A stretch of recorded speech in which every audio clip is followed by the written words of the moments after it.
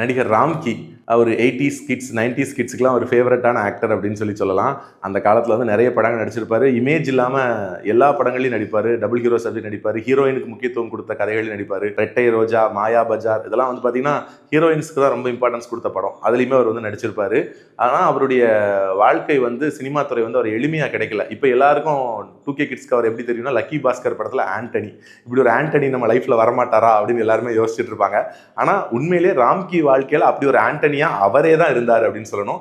ராஜபாளையம் பக்கம் தான் ஒரு ஊர், பெரிய பணக்கார குடும்பம். ஆனால் சினிமா நடிப்பில் குடும்பத்தை விட்டு வேலைக்கு வந்து 7 வருஷம் குடும்பம் கூடயே பேசாமல் முயற்சி பண்ணி போராடி வெறுமனையாக வாய்ப்பு தரல. ஃபிலிம் இன்ஸ்டியூட்டில் சேர்ந்து அருண் பாண்டியன் அவர் கிளாஸ்மேட்டாக இருந்தார், அவரோட சேர்ந்து படித்து ஒரு ஃபிலிம் இன்ஸ்டியூட்டில் இருக்கக்கூடிய நண்பர்களோடய சேர்ந்து படம் எடுக்க ஆரம்பித்து நடிக்க ஆரம்பித்து தனக்குன்னு ஒரு பாணியை உருவாக்கி ஒரு ரசிகர் வட்டத்தை உருவாக்கி நிறைய ஹிட் படங்களை கொடுத்து செந்தூர பூவே படம் வந்து நடிச்சிட்டு இருக்கும்போது இந்த படத்தில் அவரோட சேர்ந்து நடித்த நிரோஷா அவர்களை வந்து காதலிச்சார். 1996 2 பேரும் திருமணம் பண்ணலாம்னு முடிவு பண்ணி அப்போ கொஞ்சம் நல்லா வளர்ந்துட்டனால நிரோஷா வந்து ராதிகா அவர்களுடைய தங்கை.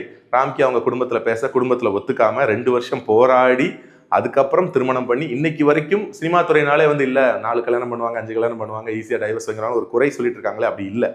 அதுக்கு உதாரணமாக இருக்கக்கூடிய பல ஜோடிகளில் ராம்கி நிரோஷா ஜோடி இன்னைக்கு வரைக்கும் ஒற்றுமையாக ஒரு ஆதர்ச தம்பதிகளாக வந்து அவங்க 2 பேருமே வந்து இருந்துட்டு இருக்காங்க. அவங்களுக்கு குழந்தைகள் இல்லை, ஆனாலும் ஒரு ஆதர்ச தம்பதிகளாக இப்போ வரைக்கும் வந்து அவங்க இருந்துட்டு இருக்காங்க. இப்போ சமீபத்தில் பேட்டியில் கூட பார்த்தா 2 பேரும் ஜோடியாக இருக்கிறத பார்க்க முடியும்.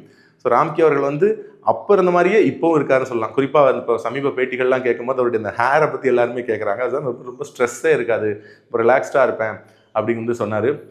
ஸோ அதுதான் ஒரு நடிகர் வந்து ரொம்ப முக்கியமாக அவருடைய பியூட்டி அவரை மெயின்டைன் பண்ண வேண்டியது. அதுக்காக ஸ்பெஷலாக எதுவும் எடுத்துக்கல. அவர் ரொம்ப ஒரு ஸ்ட்ரெஸ் ஃப்ரீயாக இருக்கிறதே வந்து அவருடைய வெற்றிக்கு காரணம்னு சொல்கிறது வந்து ஆச்சரியமாக இருக்குது. இப்போ மீண்டும் லக்கி பாஸ்கர் படத்தின் மூலமாக ஒரு ரவுண்டு வந்துட்டுருக்காரு, பல லாங்குவேஜில் வந்து போயிட்டுருக்காரு.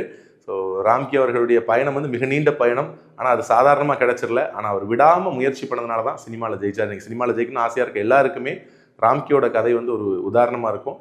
அந்த போராட்டத்துக்கு நம்மளை தகுதிப்படுத்திக்கணும், தயார்படுத்திக்கணும், அப்புறம் தொடர்ந்து போராடணும். வெறுமனையாக திறமையை வளர்த்துக்காமல் போராடி கடைசி வரைக்கும் ஜெயிக்கவே முடியாது.